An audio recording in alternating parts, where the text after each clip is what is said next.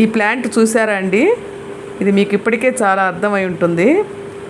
ఇది అల్లం అండి. అల్లం నేను 2-3 ఇయర్స్ బ్యాక్ ఇందులోనే వేస్తూ ఉంటాను. అల్లం అప్పుడప్పుడు వస్తూ ఉంటుంది. అవసరమైనప్పుడు కూడా మనం తీసుకోవచ్చు అనమాట. ఇప్పుడు ఇది మళ్ళీ కొమ్మలు పెట్టుకొని వస్తుంది, చూసారు కదా.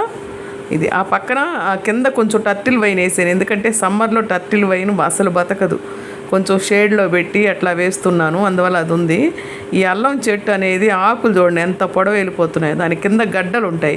మీరు కూడా అల్లం తెచ్చుకున్నప్పుడు సన్న గ్రీనిష్గా కనపడతాయి ఉంది కదా, అట్లాంటిది కానీ మీరు ఇసుకలో గుచ్చుకొని కొంచెం ఇది చేసుకున్నట్లయితే మీకు అల్లం వస్తుంది.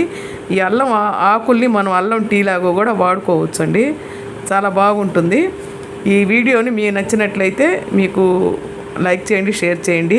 నా ఛానల్ని ఫాలో అవ్వండి. రకరకాల ప్లాంట్స్, రకరకాల కర్రీ రెసిపీస్ కూడా ఉన్నాయి. మీరంతా షేర్ చేయండి, లైక్ చేయండి, సబ్స్క్రైబ్ చేయండి. Thank you for watching video.